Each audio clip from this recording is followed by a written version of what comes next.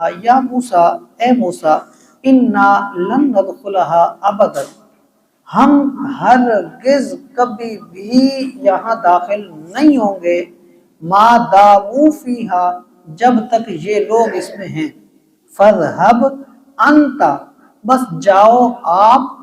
وربک، اور آپ کا رب، فقاتلا، پس تم دونوں لڑو ان سے،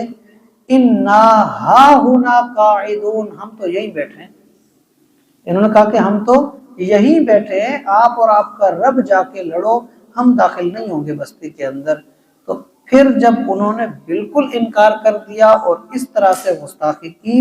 تو پھر فرمایا قال، اللہ نے فرمایا، ربی، بلکہ حضرت موسیٰ علیہ السلام نے فرمایا کہ ربی انی لا املک الا نفسی و اخی، حضرت موسیٰ علیہ السلام نے فرمایا کہ اے میرے رب، میں اپنی جان کا مالک ہوں اور اپنے بھائی کا بھی ذمہ دار ہوں، کہ میں بھی راضی ہوں، میرا بھائی بھی تیار ہے، میں اس کو تو منا سکتا ہوں، لیکن یہ جو قوم ہے نا، میں اس کا مالک نہیں، مطلب یہ کہ یہ قوم نافرمان ہے، یہ بات نہیں مان رہی میری، میں پوری قوم پر زبردستی نہیں کر سکتا، اپنی بات کو نہیں منوا سک رہا ان سے۔ فرمایا فَفْرُقْ بَيْنَنَا، اے اللہ تو فرق کر دے ہمارے درمیان، وَبَيْنَ الْقَوْمِ الْفَاسِقِينَ، اور اس فاسق قوم کے درمیان جو نافرمانی کر رہی ہے، ان نافرمان قوم کے اور ہمارے درمیان علیحدگی کر دے، فرق کر دے۔ تو پھر جب یہ حضرت موسیٰ علیہ السلام کی ایک قسم کی بد دعا تھی کہ ان کو ناراض کرنے پر حضرت موسیٰ علیہ السلام نے اللہ سے فرمایا کہ یا اللہ ان کو الگ کر دے، یہ نافرمان ہیں، بات نہیں مان رہے، تو پھر قال، اللہ نے فرمایا فَإِنَّهَا مُحَرَّمَةٌ عَلَيْهِمْ، پس اب حرام ہو گئی ان کے اوپر، 40 سنۃ، 40 سال تک، وہ جو ان کے نصیب میں تھا، یعنی وہ بیت المقدس جہاں یہ جانا چاہ رہے تھے اور اللہ نے فرمایا کہ جاؤ، فرمایا اب 40 سال تک ان کے اوپر حرام ہے، یہ نہیں جائیں گے، یتیہون فی الارض، یہ یہی بھٹکتے رہیں گے اسی کے اندر، جو زمین میں جہاں موجود تھے میدان میں۔ تو فرمایا فلا تأس علی القوم الفاسقین،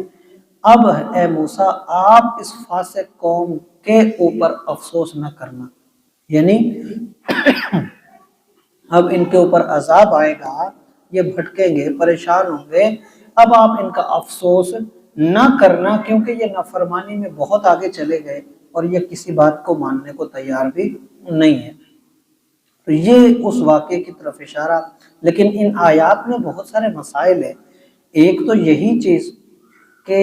اللہ تعالی کے جو محبوب لوگ ہوتے ہیں ان کی نافرمانی، ان کی دل آزاری، ان کی بے ادبی انسان کو مصیبتوں کے اندر ڈال دیتی ہے، اور ایسی ایسی برکتیں جو واضح ہو چکی ہوتی ہے کہ یہ اس انسان کو ملیں گی، انسان اپنی لکھی ہوئی برکتوں سے بھی محروم ہو جاتا ہے۔ جیسا کہ یہ لوگ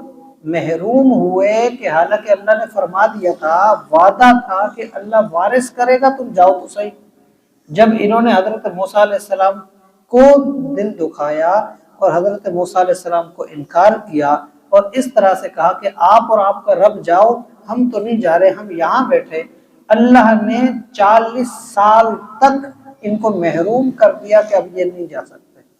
تو مقصد یہی تھا کہ اللہ تعالیٰ کے ایک محبوب کا دل دکھایا اور اتنا پریشان کیا کہ پھر انہوں نے خود کہا کہ یا اللہ اب فرق کر دے۔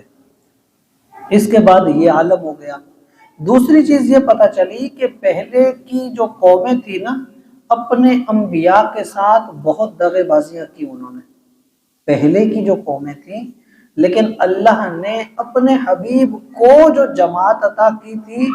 یہ وہ قوم تھی کہ جو حضور علیہ السلام کے فقط نام کے اوپر کسی کا بھی سر اڑا دیتے تھے۔